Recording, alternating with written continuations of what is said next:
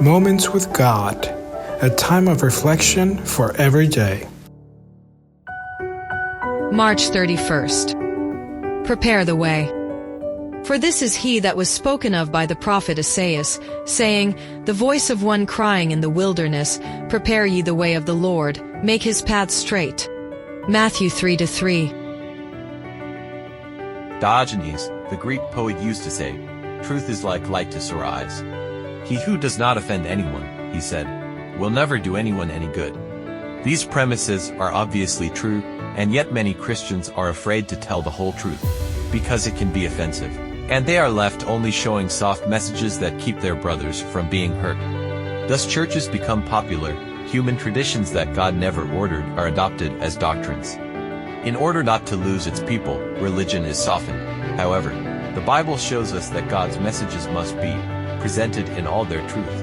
This is how John the Baptist presented his hard message, not out of hatred and self-importance, but because the love of salvation did not want any of them to be lost. And if harsh words were to be spoken, they should be spoken, for salvation is above all things. We have heard so many gospel themes, which do open doors, but do no more for them than to present a soft message. There may have been times when the church has been too careful, not to offend, but there are times when the hour of polite mildness is past, and the hour of sharp rebuke has come. The great and wonderful work of the last message is to be accomplished. Now as never before, the world is to receive the light of truth through the ministry of evangelizing the word in our books and periodicals. Our publications are to show that the end of all things is near. Raise the standard, raise it higher. Proclaim the third angel's message so that it may be heard throughout the world.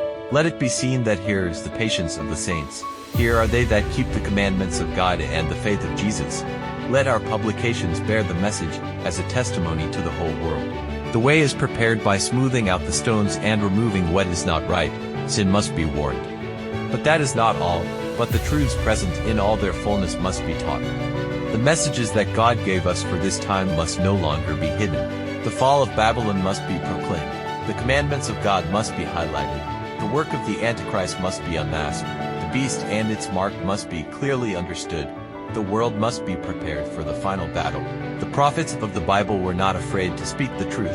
They spoke it in the fear of God, and their ministry was supported by the Spirit of God.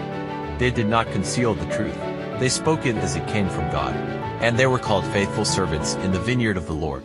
For it is only by speaking the full truth that the way can be prepared for the Lord's return. Constrained by the love of Christ, they are to work with him to rebuild the ancient ruins and restore the foundations of many generations.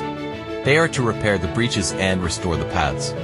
By their testimony, the Sabbath of the fourth commandment is to be held up as a testimony, a constant reminder of God, to attract attention and raise questions that will direct the minds of men to their Creator. Prepare the way, the coming of the Lord is near, and there is a world that needs to decide in full knowledge whether to take its stand for God or against him.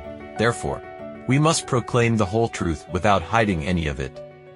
Amen.